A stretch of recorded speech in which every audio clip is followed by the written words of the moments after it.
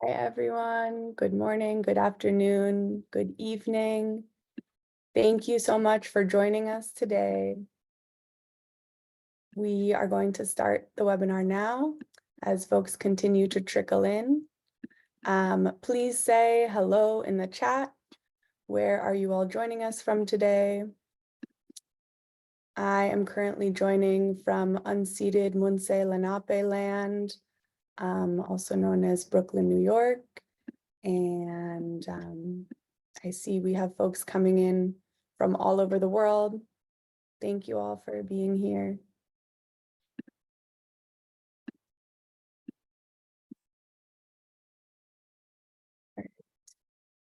We can move forward with the slides.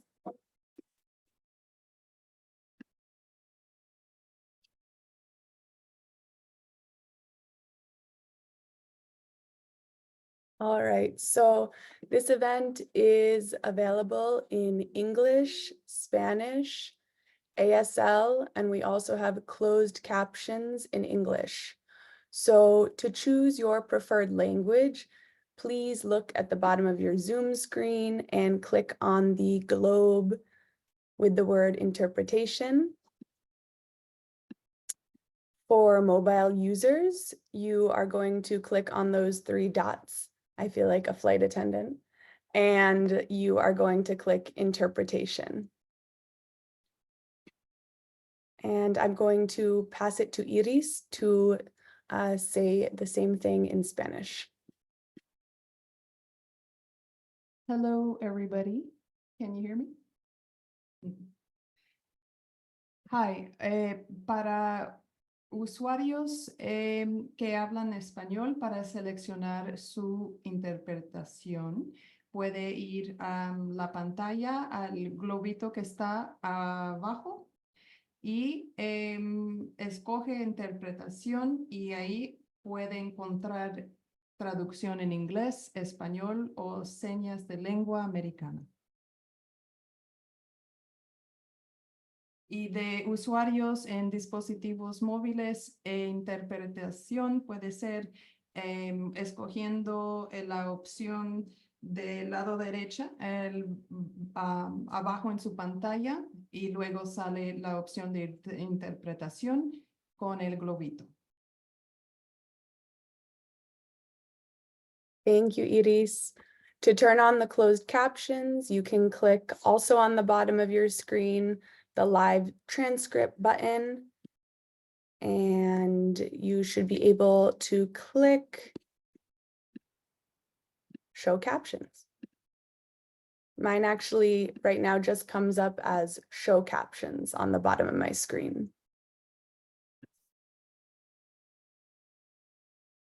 Okay, and we already actually mentioned all of this. So I'll just say it one more time. To activate interpretation, click on the globe button, interpretation on the bottom of the screen and select English. From a smartphone, click on the three dots and then on interpretation, then select English. And Iris, if you are able to just say the slide right before this, thank you. Yes, claro que sí. Instrucciones de interpretación. Could you go to the back screen? There we go. Para activar interpretación simultánea a español, presione el botón con el icono de un modo que dice interpretación en la parte de abajo de la pantalla y luego español. Desde un teléfono, presione el botón con los 3 puntos, seleccione la opción de interpretación y luego español. Great, thank you. If you have any questions for the panelists, please share them using the Zoom Q&A feature. You can also find this at the bottom of your screen. Si tiene alguna duda, si tiene alguna pregunta para los panelistas, por favor, compártala a través de la sección de preguntas y respuestas de Zoom, que va a estar abajo en la opción de Q&A. Great. Thank you, Iris. And hopefully folks will now have the interpretation turned on. So we should be all good continuing in English for the moment. Thank you. So this event is being recorded and live streamed on YouTube, Facebook, and X. You can formerly known as Twitter. You can view the live stream and recording at A Growing Culture's YouTube. It'll also be on Facebook from the co-hosting organizations Hoodwinked, Movement Generation, NFU, A Growing Culture, and Global Justice Ecology Project. For the ASL interpretation, you do not need to select anything. Attendees will be able to view the interpretation alongside the speakers. And I want to say a thank you to our interpreters, Deb, Trisha, Andriana, Florencia, and Michelle for joining us today. And a reminder that we're all going to speak a little more slowly than usual so that they can do their job well. And we really appreciate them being here. So this event is co-hosted by these 5 wonderful organizations: National Farmers Union Canada, Hoodwinked Collaborative, Movement Generation, Global Justice Ecology Project, and A Growing Culture. And we will be sharing further resources in the chat later so you can learn more about these organizations, follow us, keep up to date, and check out upcoming events. So I'm going to share a little bit about the Hoodwinked Collaborative. Hoodwinked is an international coalition of organizations and activists that was convened to produce and distribute the groundbreaking publication on false solutions to the climate crisis, Hoodwinked in the Hothouse, 3rd edition, Resist False Solutions to Climate Change. Our education and movement building work seeks to shift the narrative on climate change away from false solutions that perpetuate systems of extraction and exploitation, and towards real solutions for climate justice. And I already started speaking too fast, apologies. So Hoodwinked is a pop-ed toolbox that examines these corporate false promises that hoodwink elected officials and the public, leading us down risky paths that distract from real climate justice.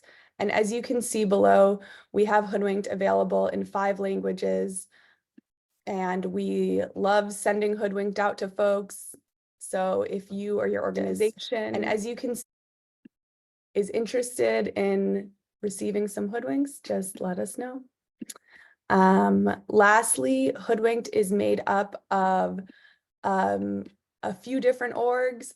I'm going to list them off quick: Biofuel Watch, Climate Justice Alliance, Diablo Rising Tide, Energy Justice Network, Environmental Policy and Sustainability Management Program, at the New School, oh, too fast, ETC Group, Global Alliance for Incinerator Alternatives, Global Justice Ecology Project, Indigenous Climate Action, Just Transition Alliance, La Via Campesina, Michigan Environmental Justice Coalition, Movement Generation Justice and Ecology Project, Mutual Aid Disaster Relief, North American Megadam Resistance Alliance, Nuclear Information and Resource Service, Rising Tide America, and Shaping Change Collaborative. And now I have the pleasure of introducing our wonderful moderator for today, Yusra Bitar. Yusra is a researcher based in Beirut. She is currently an environmental politics research fellow at the Arab Reform Initiative. Before joining ARI, she was a climate justice researcher at the corporate accountability nonprofit called Little Sis Public Accountability Initiative. She is also an affiliate fellow with the Post-Growth Institute. She holds an MS in environmental policy from the New School in New York and a BA in political studies from the American University of Beirut. And I am so happy to call her my friend. She's a wonderful human, and she will be moderating today. And I'm going to hand it off to Yusra. Hello. Thank you, Laura. Thank you all for joining us. It is a privilege to facilitate today's conversation with our 3 lovely speakers, Moayyad, Zayneb, and Jimmy.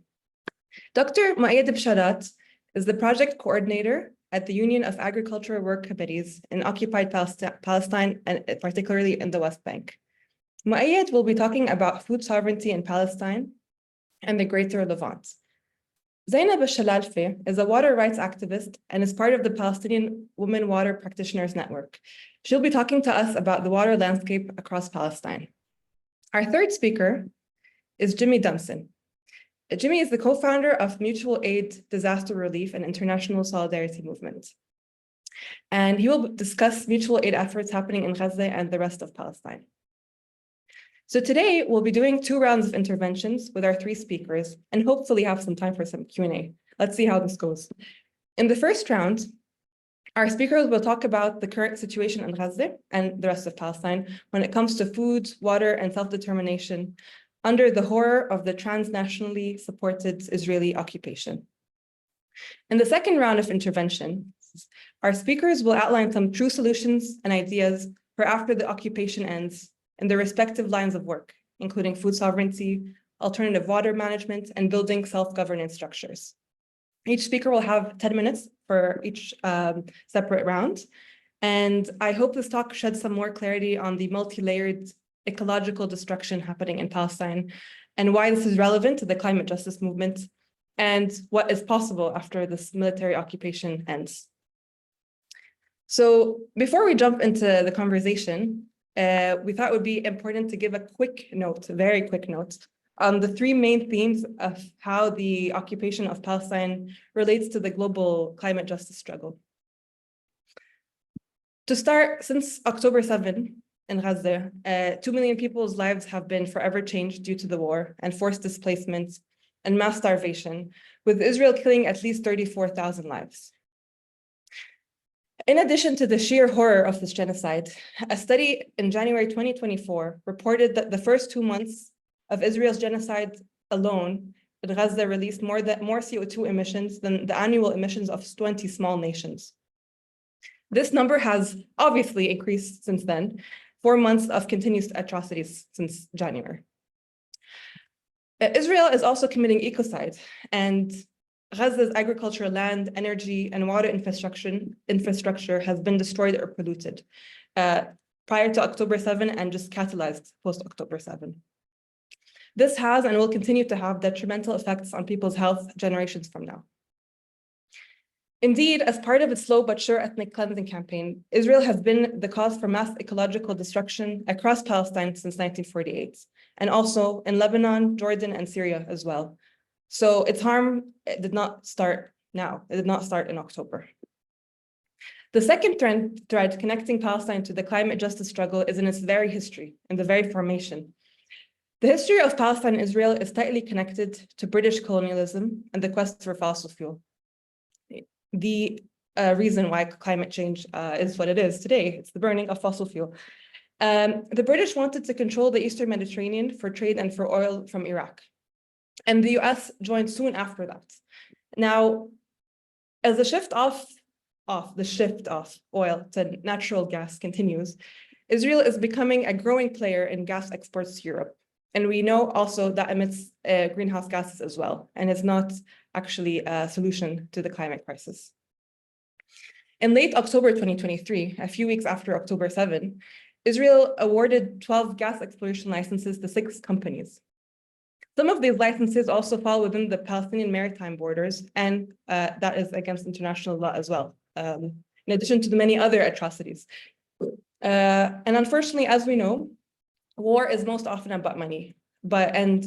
And in this case, who gets the bad part of the contracts? The Palestinians, of course, especially the ones living and being murdered in Gaza today.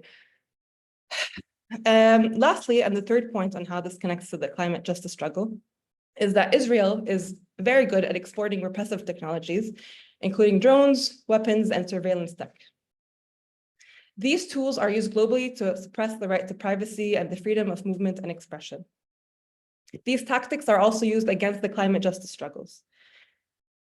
But fortunately, the story of the resistance against this military occupation is far from over.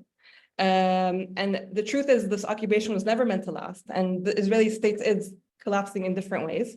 And this is comparable to the extractive capitalist economic structures that have led to the climate crisis. They're not meant to last, they're never meant to last, and they are collapsing, but their collapse are quite violent. And the work for both need to be to address the root causes.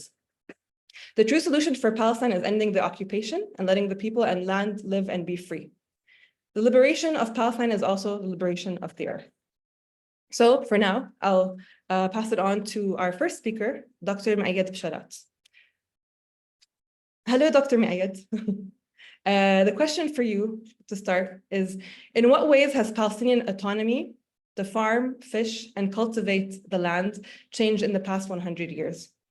What is the state of agriculture today in Palestine, including Gaza, and how is also the climate crisis impacting farmers?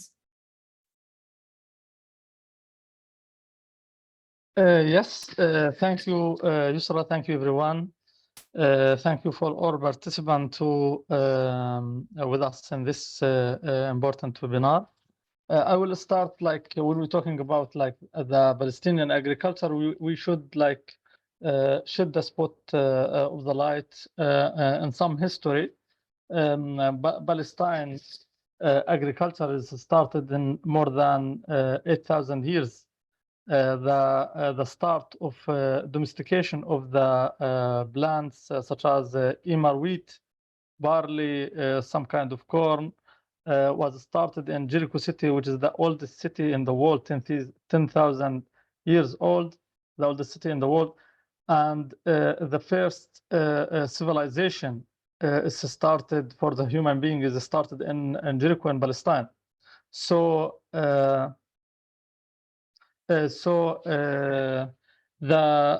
agriculture started in Palestine from several hundreds and thousands of years, making that the Palestinian producing their own food by domestication of plants, domestication of trees like figs and olives 6,000 years ago and 8,000 years ago.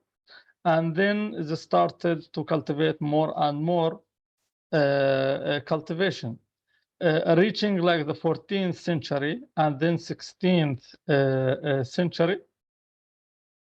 The Palestinian cultivate another types of cultivation like grapes, like sesame and other kind of cultivation, meaning that the Palestinian in all these years, they are continue producing their own foods and they are productive farmers and herders and not doing nothing. Reaching the Ottoman Empire from 1915 till 1919, all of these years under the Ottoman Empire, Palestine is under the Ottoman control, and the cultivation of Palestine is like connected to other Arab neighboring countries like Jordan, Syria, Lebanon, and Egypt.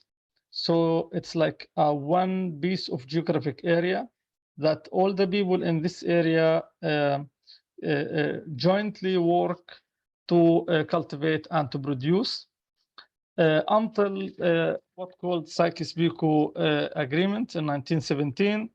These areas and collapse of Ottoman Empire and the World War First and Second, the collapse of the Ottoman Empire and become all of these border between this area and the starting of immigration of the Israeli, the Zionist Jewish to Palestine and making like colonies under the British colonization till 1948.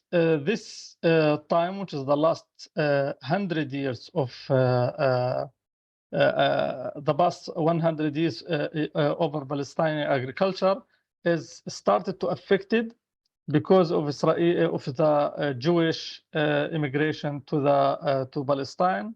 So they start to confiscate land, occupy land, and cultivate it instead of Palestinian farmers themselves, reaching to establish of a state of Israel in 1948, which is making more than 87% of historical Palestine not for Palestinian, and making like forced displacement for more than 800,000 of Palestinian. The majority of them are farmers. So then we have like what called West Bank and Gaza Strip, which is like making the Palestinians in 1967 under this occupied land, and making like another classification for the access to land according to 1993 Oslo Agreement, which is making even the access to the land for the Palestinian in West Bank and Gaza Strip, it's related to the Israeli control and Israeli control security or administrative.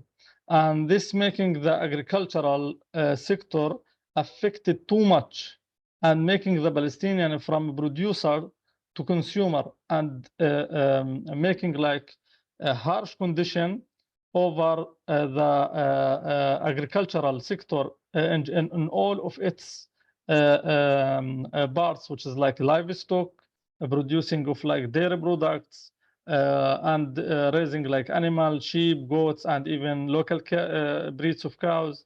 Also producing our own food like wheat and barley, which is we have the majority of the land till 1948.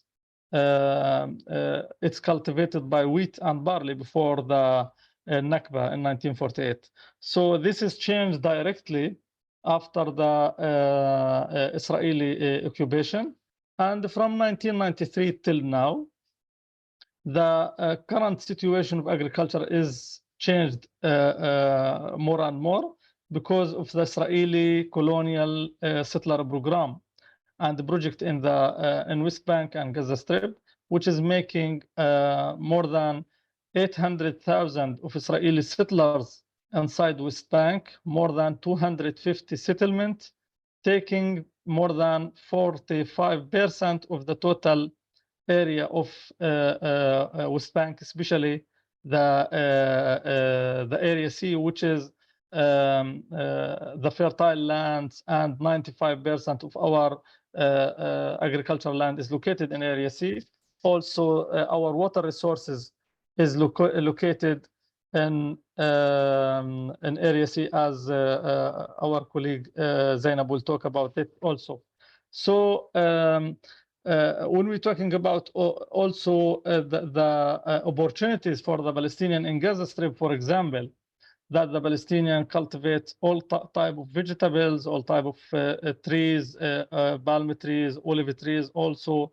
And this is affected in the last 16 years by the Israeli blockade, making like Gaza the most density place in the world as like open air prison, and making the Palestinian not able to produce their own food, and depending more than 76% of Palestinians in Gaza before the war, they are depending on the relief and the humanitarian assistance. And the Israelis make the Palestinian from farmers to produce their own food or fisher flocks to people who are waiting to receive like food parcels from humanitarian agencies.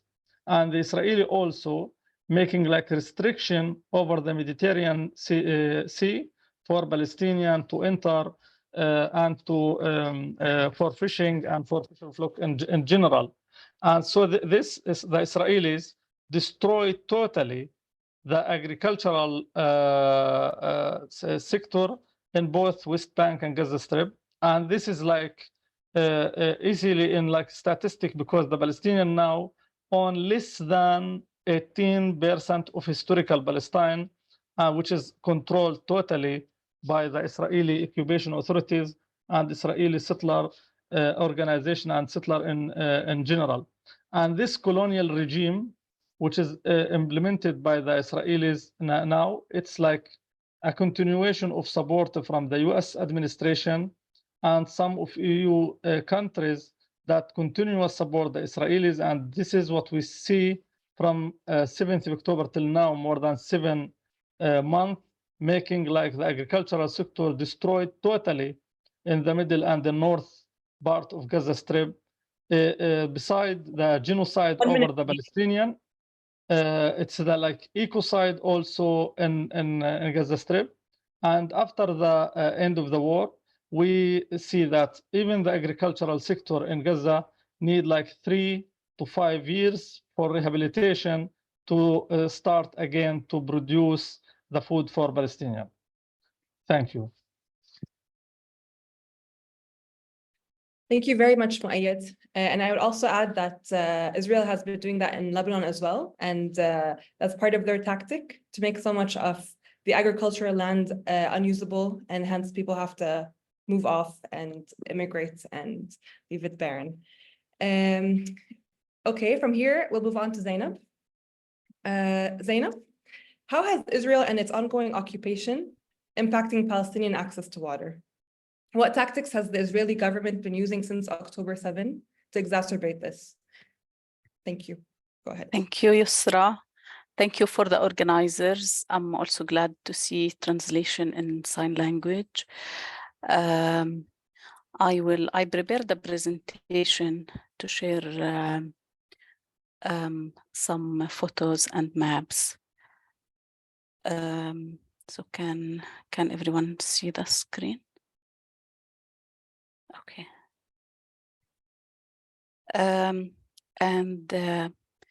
I'll be speaking on the water bodies and the climate in Palestine, Israel, the impact of occupation and the colonization before the occupation in water and environment, and the water situation in Gaza right now.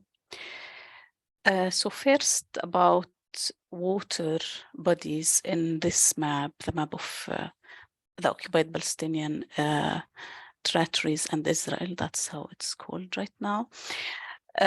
We see the underground water. This is the coastal aquifer and the mountain aquifer and the coastal aquifer. And the two aquifers are the main source of fresh water, besides the Jordan River. And then, of course, we have the Dead Sea and the Mediterranean, which is salty water. This is a map from the Ottoman era. If you look to the red line, north of the red line, the annual average rainfall is above 400 milliliter. And we see here that there has been many wetlands, and malaria was spread. And we see agriculture, like the same map as the wetlands, we see agriculture. And the gray refers to the groundwater, because in Palestine, the level of infiltration, the rainwater that goes into the groundwater is 30%, about more than 30%. And this is quite high. For example, in Europe, in average, it's 5%, the infiltration. So to give you an idea of what the rainfall means in the north areas and the middle, in Ramallah, for example, the annual average rainfall is higher than it in London. So here in the north of the red line, in some cities it's higher than some European cities. It's not the case in the south because it's a desert climate to the south of this map.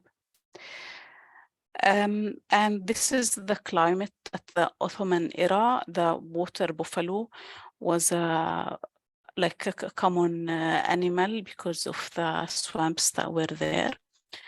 And farmers used to export products to Europe.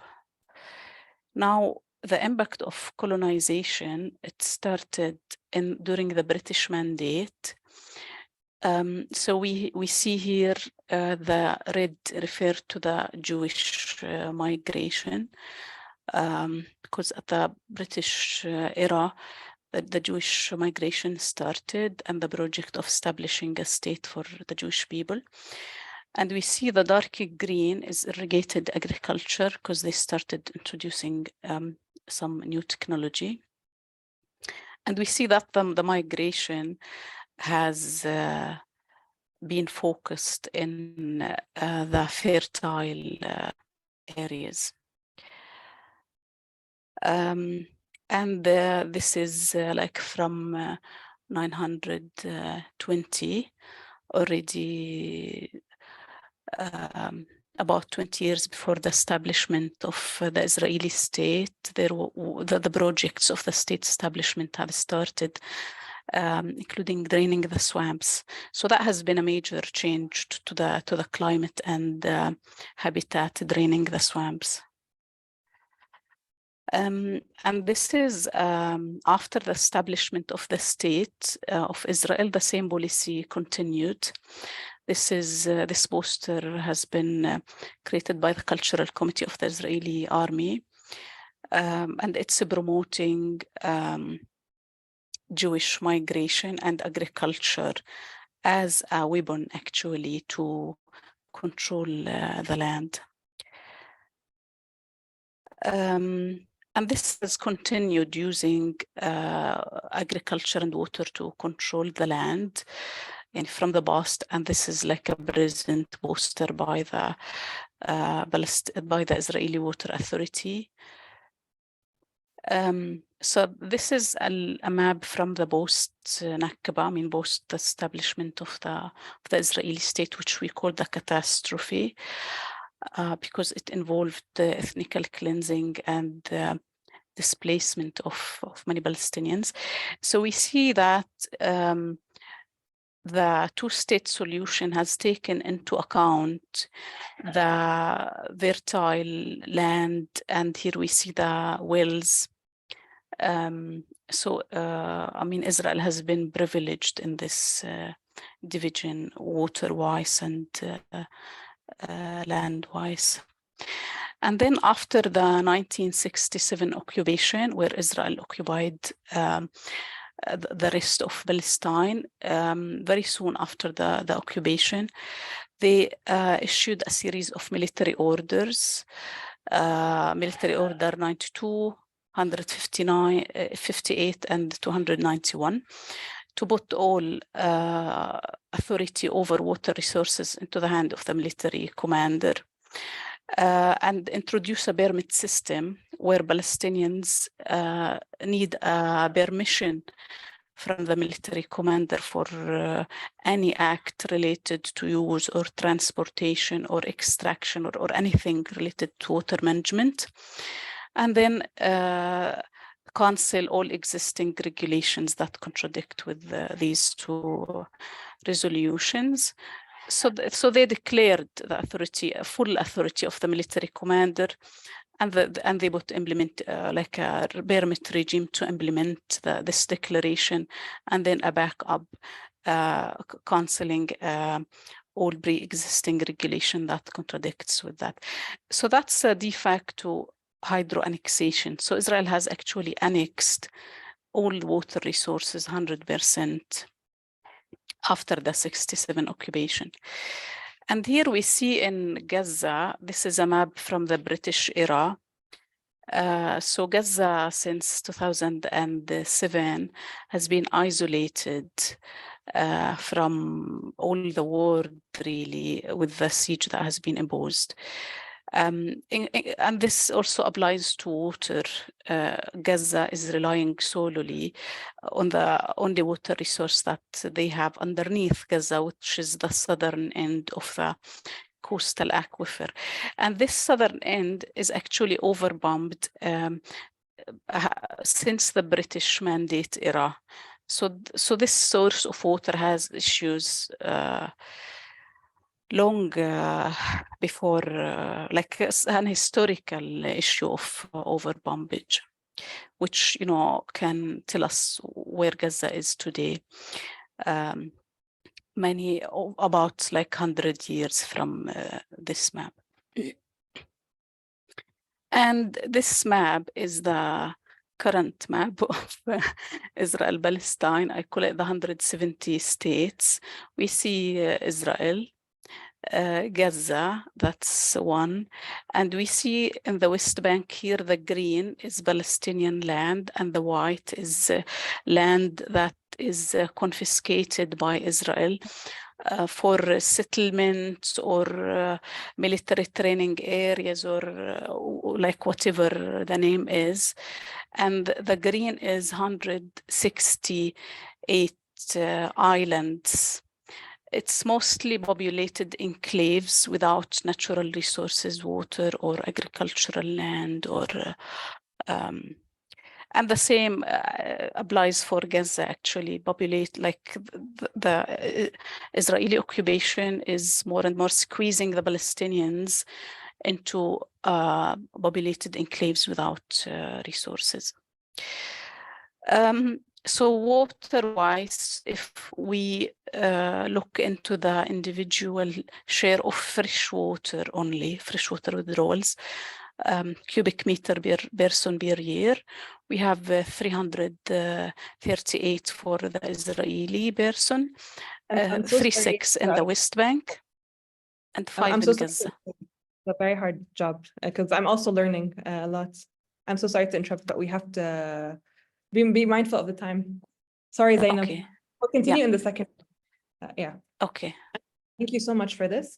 And I will say, if you do look at the 1947 partition plan that the UN approved, that also you can see how those territories were set up, and it has always been a land grab. It has always been dependent on water and agriculture. And that's also been Israel's policy when it comes to Lebanon and wanting to occupy until the Litani River. So yeah, it's always been a land grab. So from here, we'll move on to Jimmy. And the question for you is about the mutual aid networks. So when the self-determination of people is being systematically oppressed within systems of extreme violence, mutual aid networks become vital. Can you speak to the current nature of such networks and their ongoing role in Palestine's fight for liberation and self-determination? And can you speak to the barriers to the self-determination, given the structural barriers against Palestinians? Thank you. Assalamu alaikum wa rahmatullahi wa barakatuh. May peace be upon you in the mercy and blessing of God. And Zachar Sadiq Lavraha, may the memory of the righteous be for blessing. My name is Jimmy Dunson. I'm with Mutual Aid Disaster Relief and the International Solidarity Movement. Mutual Aid Disaster Relief is a people-powered disaster relief network based on the principles of mutual aid, solidarity, and autonomous direct action.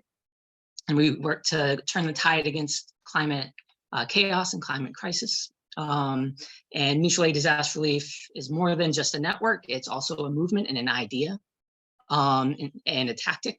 It's how we survive crisis. We take care of each other. I'm also with the International Solidarity Movement. The International Solidarity Movement was founded by Palestinians, Israeli activists, and internationals to support the Palestinian-led nonviolent popular resistance. So it has 4 principles. It's Palestinian-led. We organize collectively through consensus. We have a zero tolerance for oppression. So we are against all forms of ethno-supremacy or one group's superiority and another group's inferiority. And we're also nonviolent. And so I just recently returned from the West Bank. I was there from November to January. And I want to talk about a little bit of my experiences and mutual aid more broadly in Palestine. And so one of the things when I first got to the West Bank, I responded to a call from a little village called Wadi Turan. So it's right nearby a village called Zanuta. And what happened to Zanuta, it's in Masafiyata in the West Bank, and Israeli settlers, violent extremist terrorist Israeli settlers came armed with masks, and they destroyed things, and they threatened the people of Zanuta, if you don't leave, all your men, women, and children will be killed. And the people of Zanuta left. You know, and 14 villages have been disappeared in the last year in the West Bank in this way. And nearby in Wadi Turan, when I was there in the West Bank, people were threatened in the same way. Masked settlers came, threatened. They destroyed vehicles. They threatened everybody to leave, or you will all be killed. And the people of this village, they called their international friends and their Israeli activist friends, and we came. And we were provided protective presence, as much as we could, 24/7, so that those threats aren't carried out. And there's people, internationals and Israeli activists doing this in communities all throughout Masafriata and the Jordan Valley. When we talk about mutual aid, this is mutual aid. Like when we're showing up for each other's survival, that's mutual aid. I have heard there are thousands of open doors all throughout Gaza, for each Palestinian home. They leave their doors open for when, not if, their neighbors' homes are bombed. That's mutual aid. People survive crisis, they survive genocide, they survive ecocide because of mutual aid, because we take care of each other. People survive prison, people survive living on the res, people survive homelessness, because all of us from below, we take care of each other. In Boriquén, in Puerto Rico, people teach us, solo el pueblo, salva el pueblo. Only the people save the people. One of the most beautiful things that I saw in Palestine was at Al-Aqsa Mosque. Al-Aqsa in Arabic means the soul. There's so many barriers. Colonialism is another word for barrier. It's a barrier to keep us from being human beings. And we got checkpoints, we got curfews, we got apartheid walls, and these checkpoints, they don't only ask you for your ID, they ask you for your phone password now, because they want to know what media you're consuming, what news are you watching, and they'll arrest you based on it. And so, Palestinians are denied access to Al-Quds, to the holy. That's what Al-Quds means in Arabic, in Jerusalem, the city of peace. Palestinians are denied access. They need special IDs and special permission. And even if they get through that, there's a siege on Al-Aqsa Mosque. If you get past the first checkpoint, there's 3 more checkpoints. But every Friday, like clockwork, Palestinians get as close as they can to Al-Aqsa Mosque to pray, armed with nothing but their prayer rugs. And every time they hear the call to prayer, they lay down their prayer rugs and they pray. And the Israeli police and the Israeli military respond with tear gas, with beatings, with spraying sewage, with charging their horses into people praying. And people come back week after week, again and again. What Palestinians in Al-Quds, in Jerusalem, in the West Bank, and Gaza are teaching the world is samud. That's an Arabic word. It's translated as steadfastness, perseverance, never giving up, sometimes as resilience, but it transcends those English words. And what we need to face the climate crisis is samud. There's a people who are facing down an army with a prayer. And, like a lot of people, are wondering, was there ever a time, and will there ever be a time when Jewish, Christian, and Muslim people have lived or will live in harmony and peace in the Holy Land? And I just got back, and yes, there has been, and there will be, and there is right now. In Masafriata, when people of all faiths, people of all nations, are standing up against a colonial army hell-bent on genocide and ethnic cleansing. Jewish people are doing that, Muslim people are doing that, Christian people are doing that, atheists are doing that. There's a force more powerful than nuclear missiles when we merge spirit with action. Wherever you are, anywhere around the globe, there's something in your blood that remembers how we made empires fall in the past. And we can make empires fall right now. there's I was in Bethlehem during Christmas this last year, and almost every church had a manger scene of Jesus in the rubble.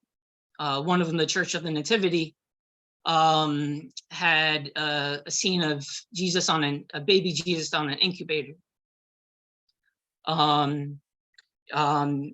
You know, like it, and there were sermons, you know, too, in all those churches on Christmas Day about that if Jesus was born today, Jesus would be born under the rubble in Gaza. You know, that's where our hope lies, you know, and you know, under the rubble in Gaza. And you know, with you know, whatever we see that needs to be done, you know, like we can't be, you know, saying you know, like we're powerless. You know, like if you can, you know, if you have breath, you know, in your body, then you can do something, you know. And you know, like right now there's a ship ready to leave Istanbul to Gaza with 5,500 tons of humanitarian aid to break the siege of Gaza and get life-saving food so that these children don't starve, with 1,000 people on it. You know, and trucks are coming in from Rafah too. You know, and with the international solidarity movement, we welcome your participation. You know, anybody can be involved. You know, there's the training process, but you know, we welcome you to be a part of this, to also face down an army with a prayer. 1 more minute. Thank you. So at one point in our lives, we will be asked the question that was posed to Cain: where were you when your brother's blood was crying out from the land? You know, it might be today, it might be years from now, but we're going to be asked that question. You know, what Gaza is right now is the Warsaw Ghetto of our time. And we are all damned if we do not become one of the righteous among the nations in this generation. We have to stop a genocide. We have to stop an ecocide. And it takes all of us to do it. Thank you very much, Jimmy. That was, I got goosebumps the whole time you were talking. So, and indeed, it is the will to life and to love that is the embodiment of the Palestinian resistance. So yeah, thank you for that intervention. And from here, we can move on to the visioning of this world without the occupation.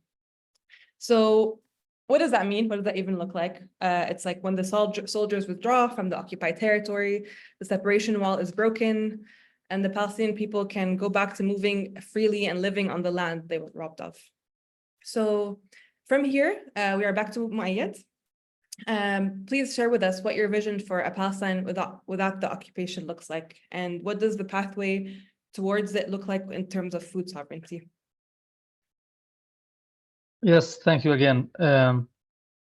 Palestine without occupation, meaning like it's not a collapse and ending the occupation or the Israeli occupation itself only. It's meaning like the imperialism power collapse. It's meaning like the US administration support is stopped, and EU and foreign intervention in our region ended. Border between the countries, especially neighboring countries for Palestine, ended. We have like a good geographic connection with our neighboring Jordan, Syria, Lebanon, and Egypt. This is like the first thing I started to think about when there is no occupation for over Palestinian lands. The other thing is like inside Palestine itself, meaning that there is no 840 checkpoint and barriers between the cities and villages, refugee camps, and rural areas in West Bank. There is a geographic continuation between West Bank and Gaza and 1948 lands. So the people can access to each piece of land in Palestine, and from the north to the south from the north the the area close to Lebanon, and to the south to the Negev Desert and other part of Palestine. It's meaning there is no control over our access to agricultural land. So Palestinians can go back to cultivate more than 2 million dunums, meaning 200,000 hectares of wheat and barley. They can go traditionally to cultivate their own lands, to produce their own food, to recultivate all piece of land without any intervention and or prohibition from Israeli settlers or Israeli soldiers and army, meaning that the Palestinians can benefit from each drop of water came from raining or from service water, and this also it's open the opportunity for the Palestinian to be in the regional market, and especially in Arab region, that our own production like citrus production, olive oil, palm dates, and other agricultural production will be available freely in our Arab region without any control from the occupation on our barrier to be with our brothers and sisters in Arab region. The other thing, like, it's like the first time I see the Mediterranean Sea was in Tunis in 2018. I am Palestinian. I never see the Mediterranean Sea because you need like a permission to go to see your own sea. So it's like one thing, it's like all the Palestinians can be able to use the Mediterranean Sea for fishing, for everything. So it's like this long distance close to the beach of Mediterranean will be like another opportunity to see Palestine without occupation, that this is the land of peace, become again and again a peaceful place without any kind of blood scam regarding to the continuous of occupation over our land. And other thing is like the first thing I'm thinking about is like Gaza Strip. When we thinking about and we imagining Palestine without occupation, meaning like all of this blood in Gaza is stopped, that the people take like a very long breath after this genocide and ecocide in Gaza Strip. So even the people can go back to their own indigenous and original villages inside 1948 land, which they are displaced from it since 1948. And this is like a dream of all of us as a Palestinian. And this is not a dream. It can be implemented by like starting to put economic sanction against the Israeli occupation and Israeli government. And as we see, like there is a wake up and awareness in the world according to what's happening now in Palestinian territories and especially in Gaza Strip. Last 2 days, the Israeli settler making like another genocide and huge attacks over the Palestinian villages in West Bank. So you stand up. It's not a dream. You can achieve this in everywhere in the world to stop funding Israel, especially for arms and weapons that killing our children and our sisters and brothers in Gaza and everywhere in West Bank. This is what we are thinking and what we are dreaming about it. And Palestine was green and will be again green from the river to the sea. Thank you. Thank you very much, Moayyad. And I do look forward to that and being able to, from Lebanon to also come to Palestine, which has never been possible, despite it being so close. Just like other empires and other occupations, they have a time limit, they have an expiration date, but enough effort has to be put towards it. So thank you for that. Hi, Zayneb. I'm sorry again for the interruption for the first time, the first round. It's always crappy to go through that. So now the question to you is, what is your vision for Palestine without occupation? And what does the pathway look like when it comes to water? And are there any traditional water governance that could also work as a climate solution? Thank you. Yeah, sure. Thank you. Sorry, just 1 minute.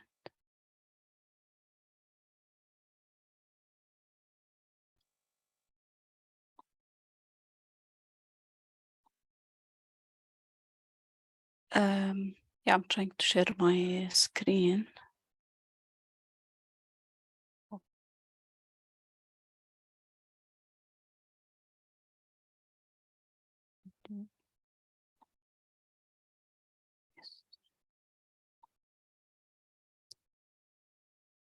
Thank you, Yusra.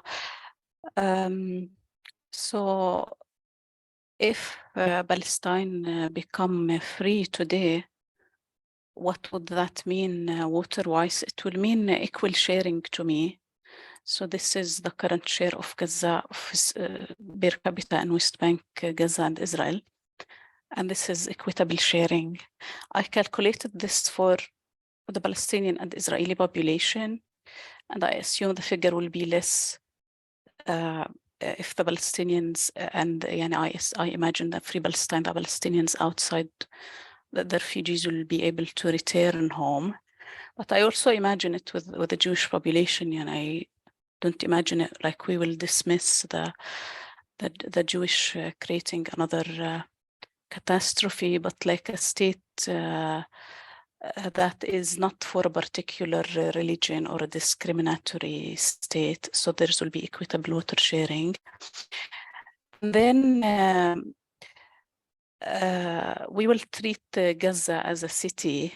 There's an article that I wrote called Gaza, the city-state. And I'm happy to cooperate with anyone if you'd like to translate it or publish it into English. I published it into Arabic. So like everyone, including the supporters, are very much absorbed in this mentality that Gaza is a state. Even when we say that it's the most crowded place in the world, we mean like the state of Gaza, but the city of Gaza is not the most crowded place in the world. It's a city, it's an urban place, and urbanization have been invented so that people can, like big number of people can live in a small areas. So it's the technicality is not the issue. And here I compare Gaza, the water supply for Gaza with New York, for example. So New York here get water, 90% of its water from the Catskill Mountains, 125 miles north of New York. And for Gaza, if the city of Gaza, if it get water from the coastal aquifer or the mountain aquifer, or it's much less far, and this compares Gaza with London to show how small is this city. And Gaza actually has been starved and deprived of water. There's a report for the UN in 2012 that says Gaza will be unlivable by 2020. So it's the situation is catastrophic already from before the 7th of October. So I imagine it to be like a livable city within a country. And then there has been so much environmental damage since the British Mandate era, like change to the landscape. Here I will give like one example. So this is from the British era. The British started putting dams in the Tiberias, and the dams, and then Israel in the 60s created a man-made river. And this man-made river, they put a dam on Tiberias. So what we call the Lower Jordan River, which is from the Sea of Galilee to the Dead Sea, has actually dried. So this is the Lower Jordan River. This is Tiberias sewage, and 5 kilometers south of Lake of Tiberias, like totally dry, the Jordan River, and the mouth of the Jordan River into the Dead Sea. The flow now is 30 million cubic meters a year, which is 2% of the natural flow. So this has significantly impacted the Dead Sea. It's dying literally. It dropped by about 30 meters, and it's dropping by 1 meter a year for this and for the minerals industry.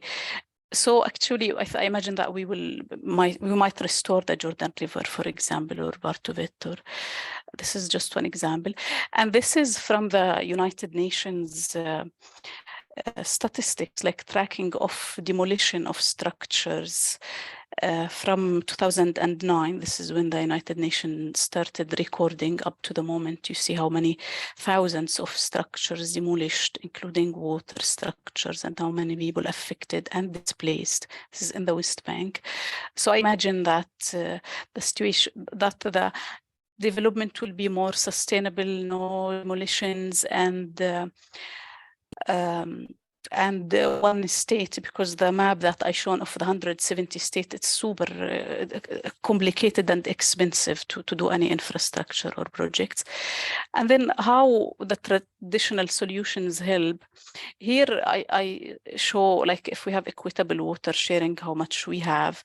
And then the human, they use almost nothing for drinking and domestic use, but so much for food. And this is actually coming from the capitalist consumption patterns, where we consume so much meat, so much of imported food. So I imagine that we have, I mean, not only in Palestine, globally, to have like a more of a sustainable food consumption patterns. And now, do we really imagine like a pathways for freedom or action that can be taken? I think this issue is global. I hope, it's sad that that it has taken this much of violence, so that people hopefully started realizing that it's a global issue, and it's ruled by a global system. So we have to be to act and feel like global citizens. And it showed us that the intersectionality of the white and the black, and the pink and the green, and the colors of people based on their orientation or skin, I see it now differently. I see like people who are black or green or pink, but they have the white man heart.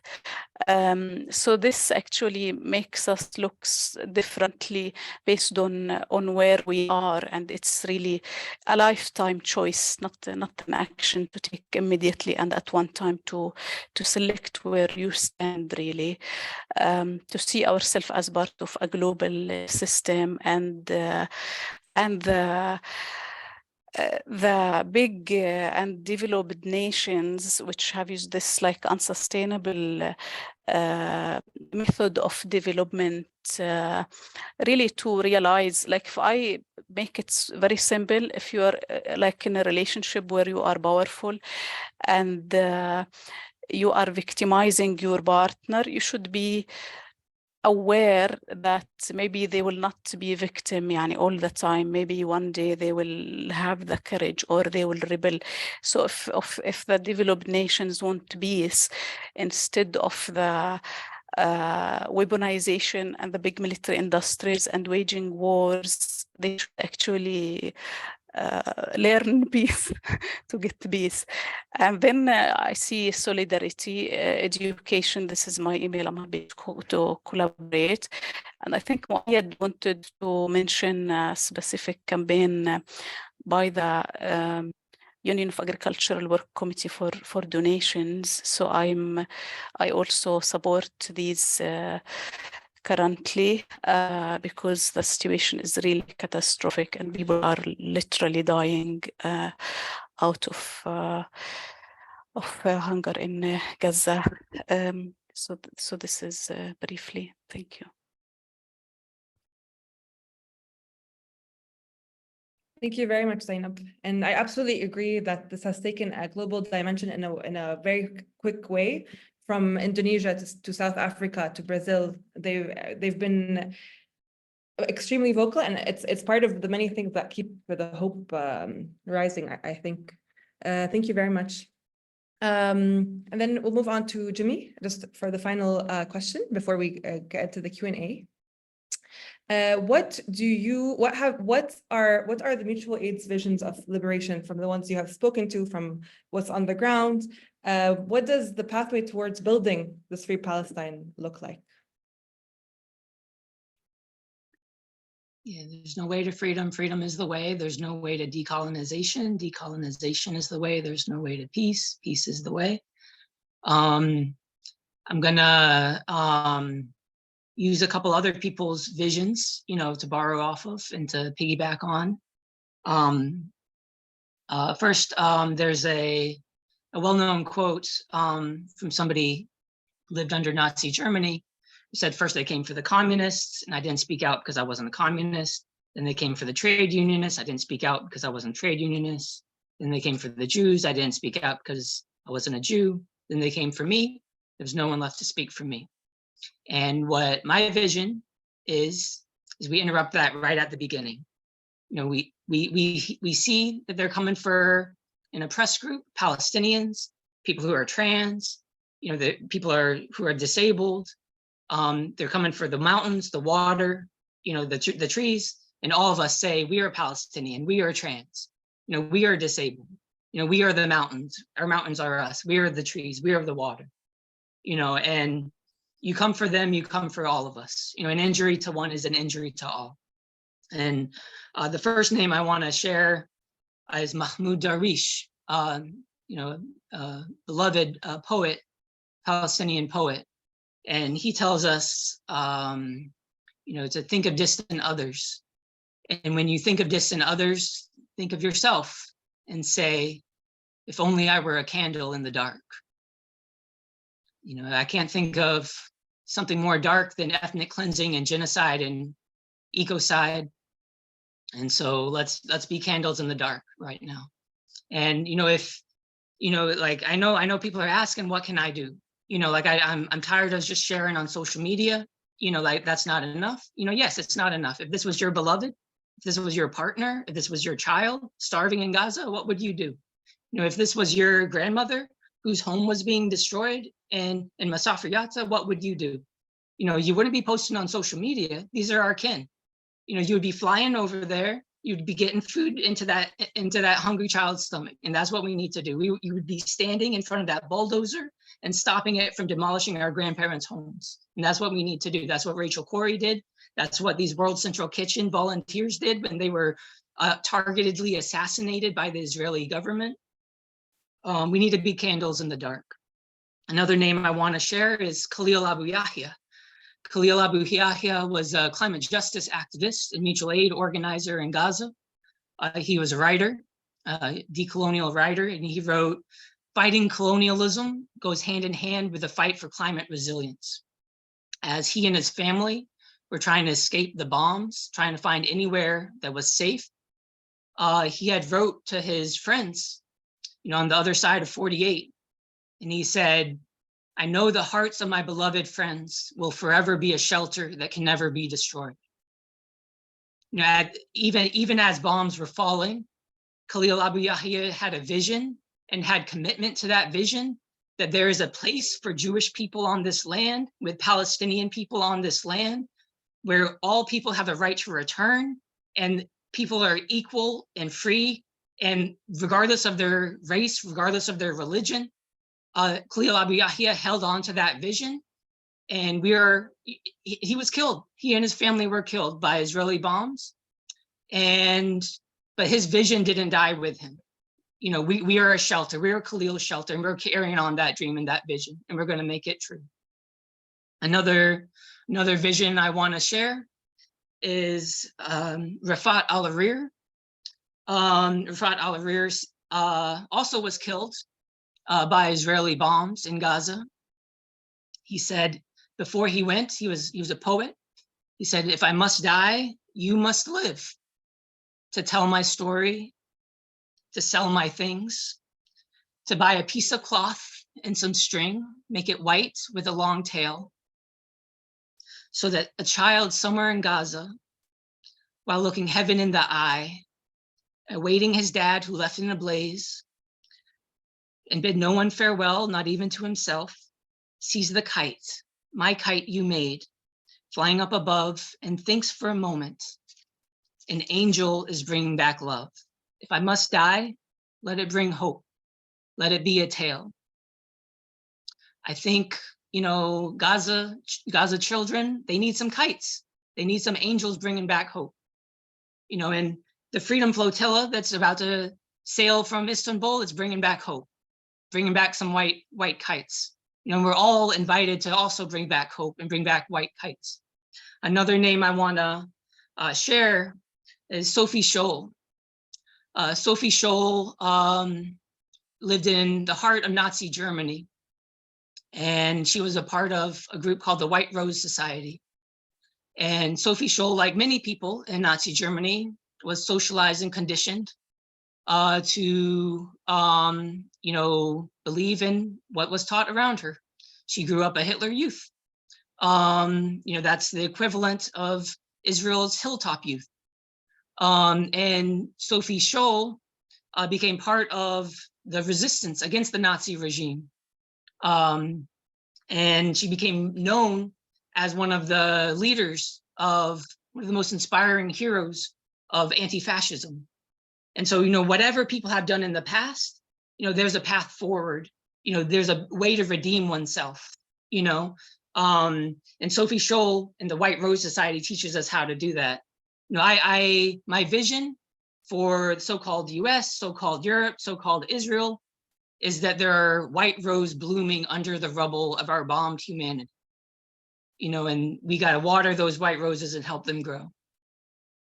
Another name I want to share is Manny Turan. Manny lived in Tallahassee and planted a community garden there, and also fed people who were homeless in his community. And then when a forest was under attack in Atlanta, Georgia, to build a giant police compound, Manny went there and took the name Tortuguita. And Manny, you know, defended that forest, and he was assassinated by Georgia law enforcement.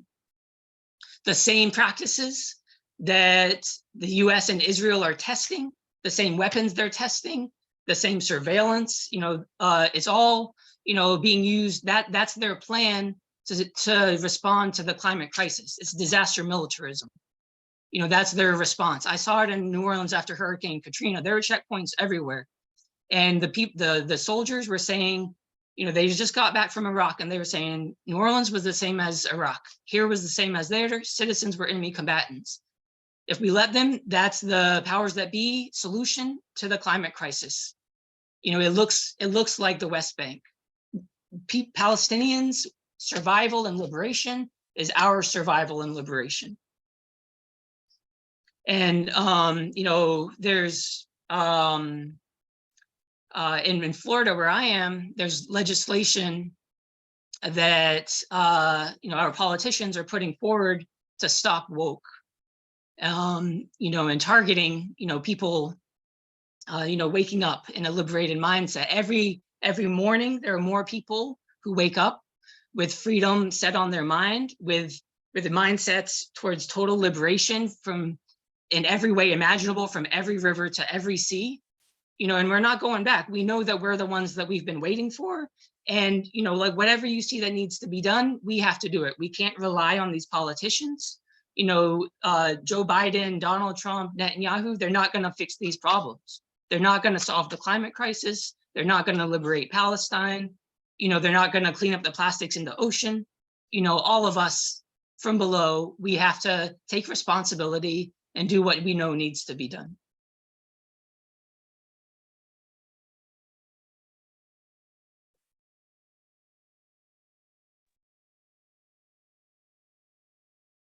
Thank you so much, Jimmy. Honestly, wow, chills again. It takes a bit to like process all that you said. So thank you so much, Jimmy. That was very powerful. Unfortunately, we only have 9 minutes left, so we won't be able to go through all of the Q&A. But we will choose one for the panelists if they can respond to it. And it is more connected to what you all touched upon slightly on the global struggle and the international aspect to the resistance. So in your vision of a free Palestine, how could it be a model for liberation for people globally, indigenous peoples globally, from the US to Palestine, all over the world? So yeah, how could it be an inspiration to the rest of the world?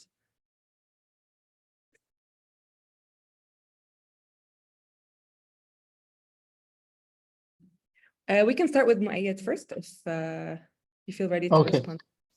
Yes, you know, like from the beginning of like genocide on Gaza Strip, this is like making warm on the hearts of the people in the world. So like hundreds of thousands of people go in the demonstration on the streets, which is like unfamiliar before, especially in USA and even UK, that the people go toward and stand up with the Palestinian. So it's like this is the beginning that all the indigenous people in the world can do the same what the Palestinians do in their resistance and all kind of their resistance to the occupation, starting from cultivating their land or accessing to their land till to liberation of historical Palestine. And this is like a kind of message to all of the people in the world, that the people under oppression to go like what the Palestinians do, because 75 years under the occupation and colonial project, it's not a short period, and it's given an inspiration to the other people in the world. Thank you. Fully agreed. Zayneb, please go ahead. Yes, Yusra, the question is like who will liberate it and how. So if we think as global citizens that it's the issue of the Palestinians, I'm afraid it might take long and it might be very bloody. I believe that this day is coming of freedom. But as a person who, like Jimmy mentioned, I believe that passport should not be an issue, and this land can accommodate the people who live in it regardless of their religion without discrimination. But still, I'm viewed, although I don't take side on humanity, but I'm viewed to be in one side as a Palestinian, as a Muslim, as, like all these, this identification and labeling, but people who don't want to take a side on a side. So conflict really dehumanizes people. When I hear from the people on Gaza what they're going through, and I'm afraid this will take people to the extent where that is very violent. If I think people are picking on this faster than the regimes, because the regimes have interests. People don't have the same level of interests, and there are groups who are marginalized in every nation. But I hope it is I hope that the liberation will be that the citizens, the regimes, even that we will change the global regimes, and we will come to a peaceful liberation and not violent, because I'm thinking that even eventually if I'm pushed to a situation where I will have to take a side, I might do so regardless what this will require or mean. I hope we will not be pushed. And what Jimmy mentioned, actually, I think if he visited Palestine, he knows that this is what many Palestinians see, a peaceful liberation for a land where people live together equally with equal rights. I hope I hope we're not pushed to a limit where we are like more dehumanized, because we are actually, but I hope we're not pushed further to a limit where we embrace this and rebel, and then maybe the liberation then might not be a model actually. Yeah, absolutely. Building off of that, those who make nonviolent revolution impossible make violent revolution inevitable. The Prophet Muhammad, peace be upon him, he had said, help your brother, whether he is an oppressor or oppressed. And then he was asked, well, we know how to help our brother if he's oppressed, but how do we help our brother if he's an oppressor? And Muhammad said, stop him from oppressing, because that's how to help him. That's how you salvage the soul of the oppressor, you know, and keep them from doing irreparable harm to their own souls. You know, you stop them from oppressing, you know, and so how does this relate? You know, wherever we are, we come from some people and we come from some land, you know, and whether it was hundreds of years ago or thousands of years ago, people committed genocide against our ancestors. You know, it happened in Europe. The Roman Empire did the same thing to Northern Europe, what Europe did to the Americas, you know, and it's not something that is just in the past. You know, the Hebrew word for Shoah is the Arabic word for Nakba. It's catastrophe, you know, and this catastrophe is ongoing. It's in the, it's you know, here where I live too. You know, the colonial project is not just, you know, it's not only that it's ongoing currently, it's accelerating, you know, and there's a writer, Amanda Gellender, and in her, she wrote a Kaddish for the soul of Judaism. And in it, she asks, you know, the reader, can you jump on these tracks before this train arrives at Bergen-Belsen? And then you know, I think we all need to answer that. Yes, yes, we can jump on these tracks before it arrives there. And yes, we will. You know, and, you know, if, you know, like in Gaza right now, there's a new acronym that's been created, WCNSF, Wounded Child, No Surviving Family. And, you know, we need to be that family. You know, we need to be that child's family. If that child needs food, we need to bring that child food. If that child needs a safe place to rest their head, we need to have a safe place for that child to rest their head.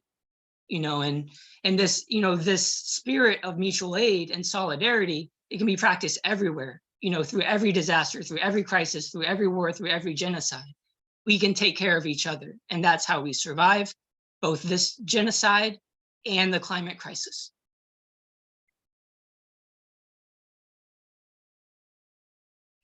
Thank you so much. We are at the 1 minute mark, and I just want to thank you all for being here and for all the speakers for spending their time and sharing this important insights. Just as a final remark, we're going to be sharing resources on how you can be part of the like alleviating the pain and being part of the resistance.